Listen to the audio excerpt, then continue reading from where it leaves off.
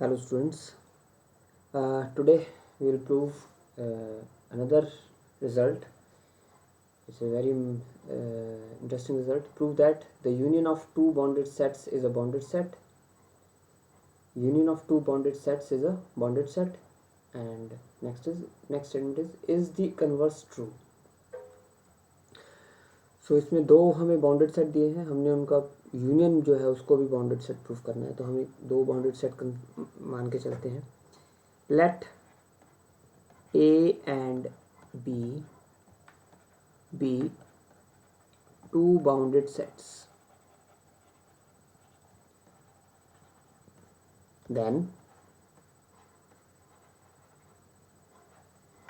there exist two real numbers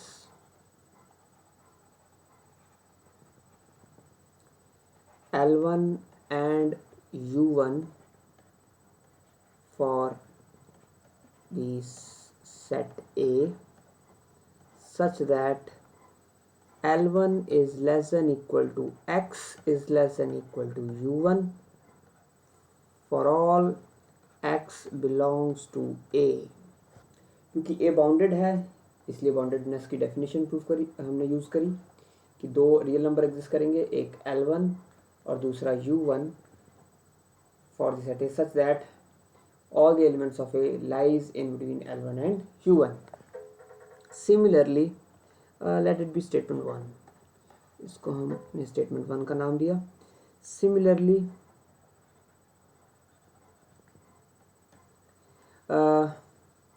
there exist let it be L2 and U2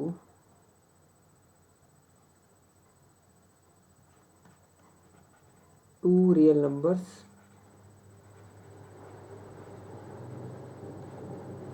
such that for each X belongs to B, L2 is less than equal to X is less than equal to U2. So let it be statement number 2. Right? So ये हमने second statement की.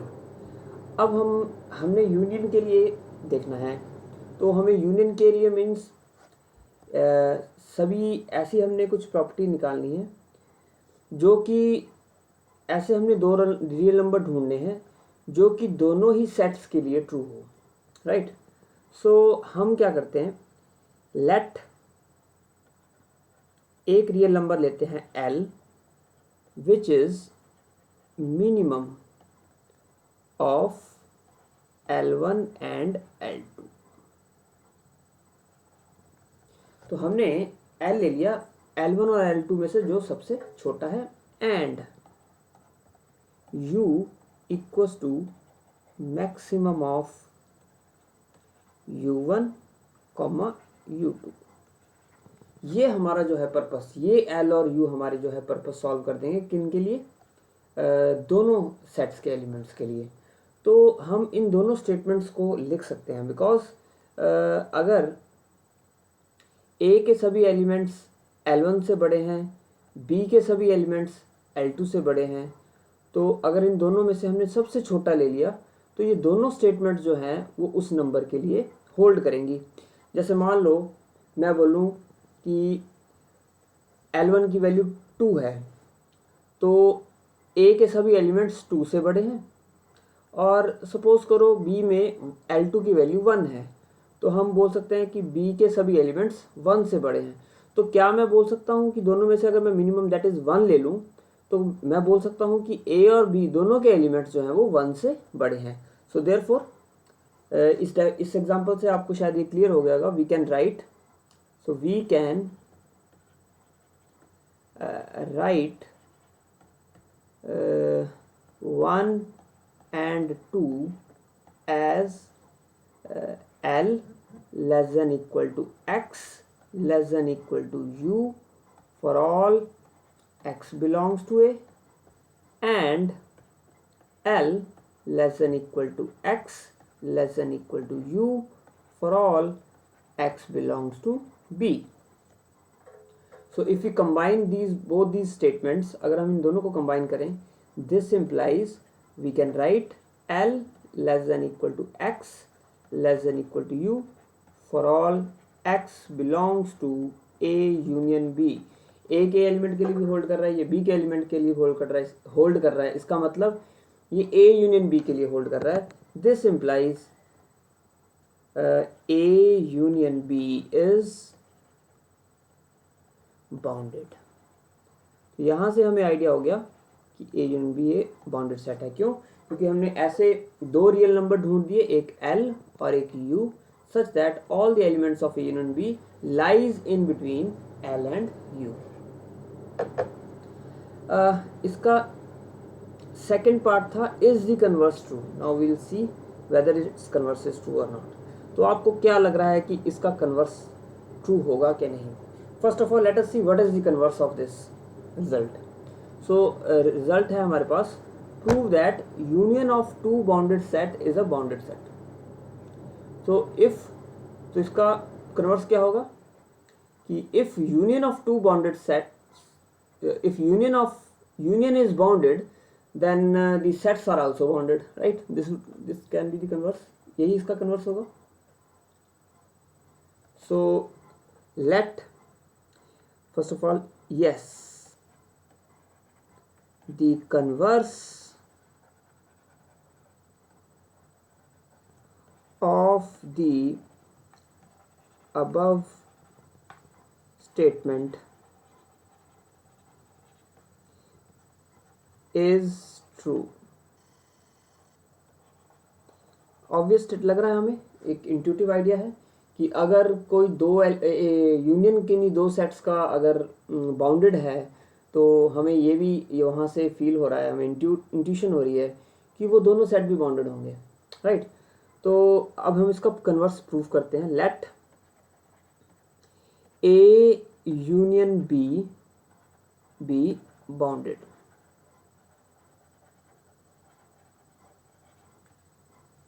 Right? So A union B be bounded set. So as we know,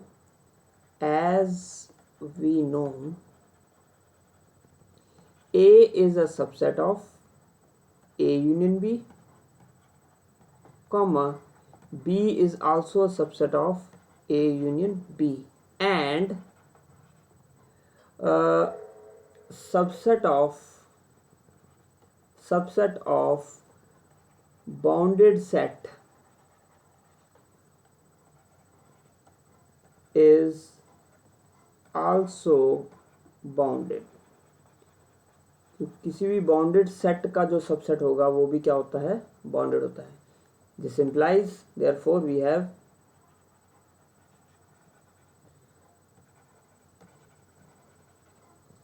A and B are also bounded. तो ये दोनों ही set जो हैं वो bounded होंगे। तो बहुत ही इजी था इसका कन्वर्स। तो क्योंकि ये दोनों सबसेट हैं यूनियन बी के, और subset of any subset of a bounded set is, यहाँ पे हम ये भी वर्ड यूज़ कर सकते हैं जिससे इस स्टेटमेंट को कंप्लीट कर देंगे। Any subset of a bounded set is also bounded, therefore we have A and B are also bounded, right? So let us discuss one example of related to this result. Let A equals to मैं एक example ले लेता हूँ इसमें। A equals to -2,3 and B equals to 0,5. Prove that A union B is bounded। तो कैसे proof करेंगे? अब A बाउंडेड है, B भी बाउंडेड है, ये हमें गिवन है, राइट? तो इसको वैसे तो हम क्लियरली A यूनियन B निकाल सकते हैं और उसका least upper bound greatest lower bound निकाल सकते हैं, बट तो बहुत सारे वेज हैं इसको प्रूव करने के लिए, कोई एक वे नहीं है। सो बट इसको थोड़ा सा हम एनालाइज करेंगे और एक इन रिजल्ट्स का लीस्ट अपर बाउंड और ग्रेटेस्ट लोअर बाउंड की प्रॉपर्टीज का यूज करके हम इसको निकालने की कोशिश करते हैं. So a equals to -2,3, b equals to 0,5, right. So इसको हम थोड़ा सा एनालाइज करते हैं. Now least upper bound of, can you guess what is the least upper bound of a? Yes, it is 3. And greatest lower bound of a?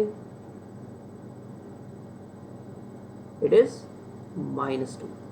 Similarly, least upper bound of b is 0 and greatest lower bound of b, sorry उल्टा लिख दिया मैंने, least upper bound of b is 5 and greatest lower bound of b is 0. So least upper bound of A and least upper bound of A union निकालने के लिए हम इसका maximum लेंगे. So maximum of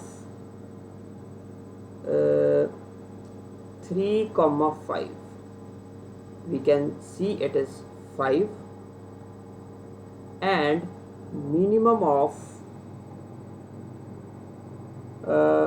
-2,0 is -2. LUB of A और LUB of B में से मैंने मैक्सिमम ले लिया, GLB ऑफ ए और GLB ऑफ बी में से मैंने मिनिमम ले लिया. So therefore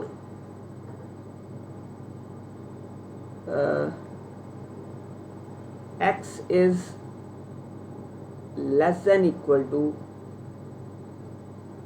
5 for all x belongs to A union B.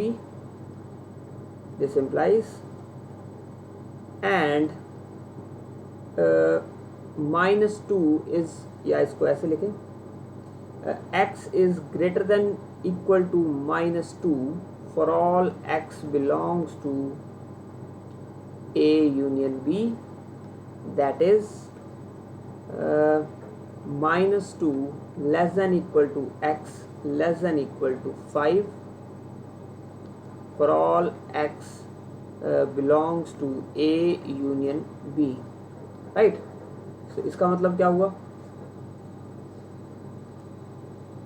So, this implies A union B is bounded.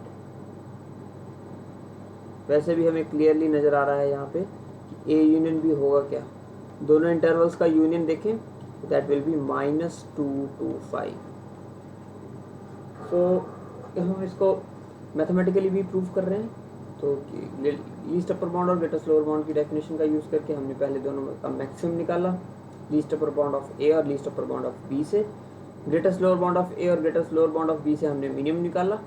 तो यहाँ से हमें आइडिया हुआ कि x जो है वो लेस देन इक्वल टू 5 है for all A union B and x is greater than equal to -2 for all x belongs to A union B. मतलब सारे एलिमेंट्स ए यूनियन बी के -2 और 5 के बीच में लाई कर रहे हैं. इसका मतलब ए यूनियन बी जो है वो बाउंडेड हो गया. और further we can also write that least upper bound of A union B of A union B is 5 and greatest lower bound of A union B is -2. तो यहाँ से हम ये भी कंक्लूजन निकाल सकते हैं.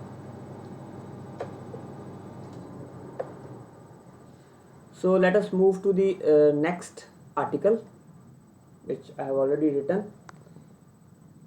Article is statement is prove that for a bounded set least upper bound and greatest lower bound are identical if and only if it is a singleton set. बहुत इंटरेस्टिंग ये स्टेटमेंट है कि अगर least upper bound और greatest lower bound जो है identical हो जाएंगे तो वो श्योर है कि सिंगलटन सेट होगा. And converse is also true because it is if and only statement.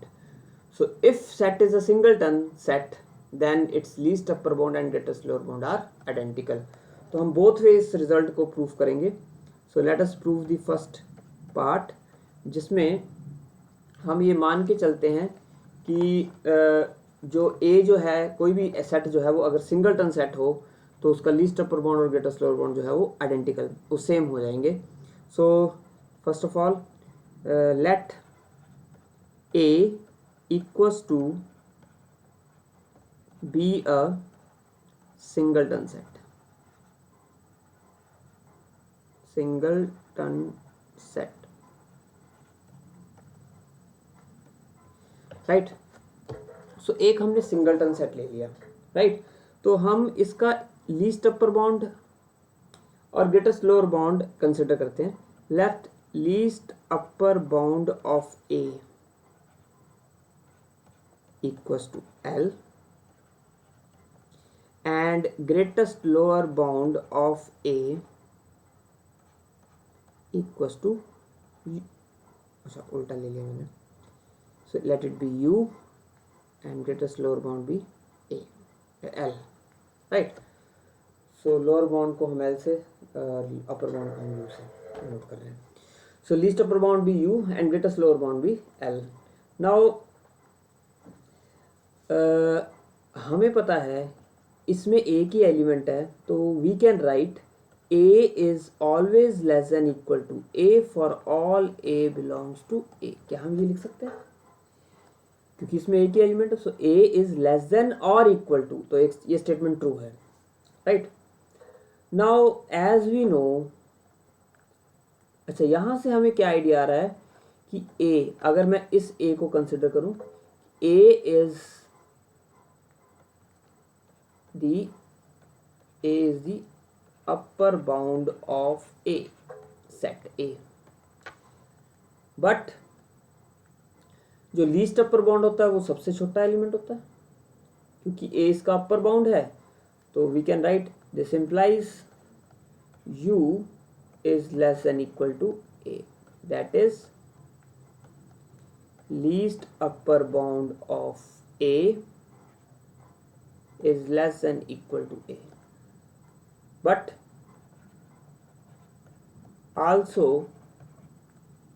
Set के जितने भी एलिमेंट होते हैं वो लीस्ट अपर बाउंड से छोटे होते हैं. सो इसको मैं स्टेटमेंट 1 ले लेता हूँ. But also A is less than equal to least upper bound of A, because A is a element of this set. So from these two statement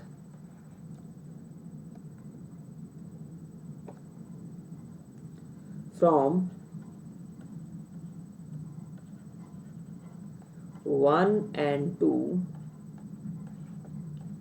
ये कब होल्ड करेंगी? हमने फर्स्ट लेक्चर में किया था. If x is less than equal to y and y is less than equal to x implies x equals to y. So least upper bound of a equals to a. So इसमें a की element था और वही हमारा least upper bound आ गया. इसी reasoning से हम similarly we can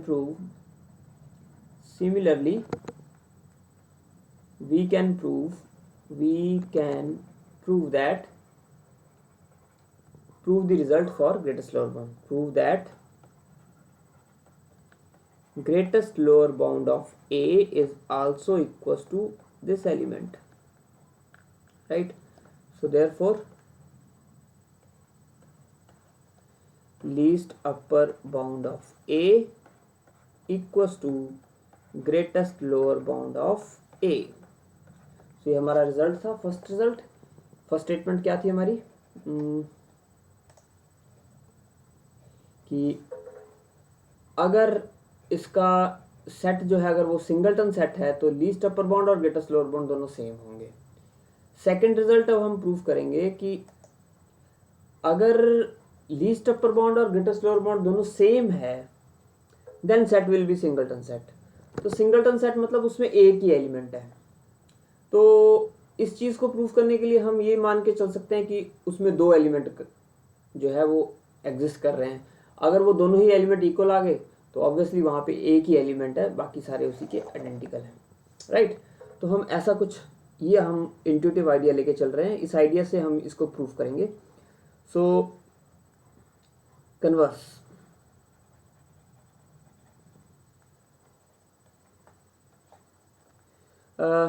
let least upper bound of A equals to greatest lower bound of A and let x, y belongs to A। ठीक है, ये हमने दो एलिमेंट ले लिए। Then x is always less than equal to least upper bound of A, क्योंकि x A का element है, सो x जो है वो हमेशा लीस्ट अपर बाउंड से बड़ा होगा, ये ट्रू है। सिमिलरली एंड आल्सो, या इसको लिखो आल्सो, क्या हो रहा है, also y is less, sorry not less, greater than equal to greatest lower bound of A, right? Now if I multiply this in equation by -1, we can write minus y is less than equal to minus of GLB of A, right? और हमें पता है GLB जो है वो LUB के बराबर है, that is minus y is less than equal to minus LUB of A। now let this statement be, अब इसको मैंने कोई first two equation I have already taken, so I will take this as third statement। so let this be 3 and this be 4, right? so अब from, if I add 3 and 4, adding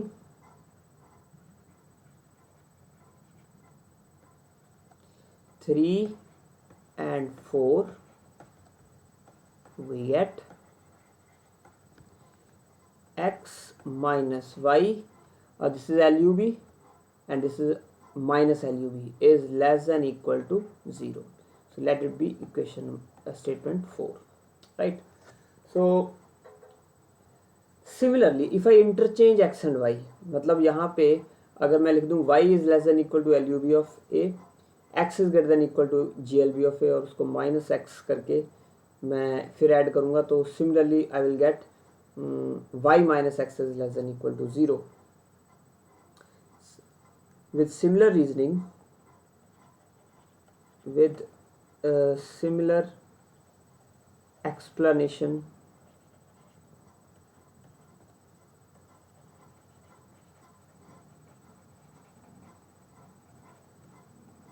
if we interchange x and y,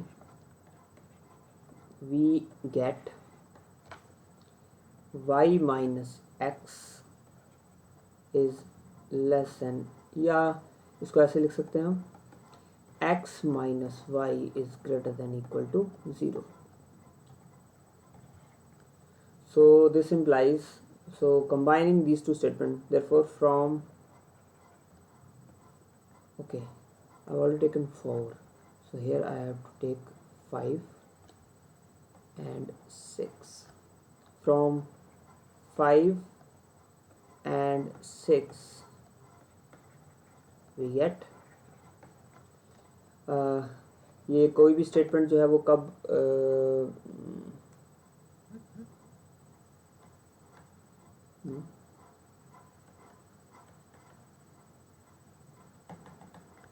चलो कब hold करेगी, if x is less than equal to y and greater than or equal to y, implies x and y, x minus y equals to 0, that is x equals to y।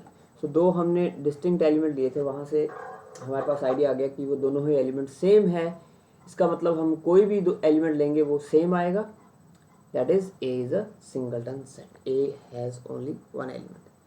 this implies A has only one element, there is no distinct element in A, that is A is singleton set। so बड़ा ही important result है,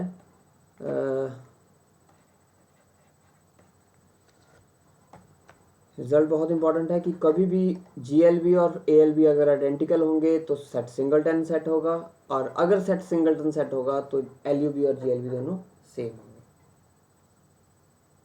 सो आज के लिए इतना ही। Thank you.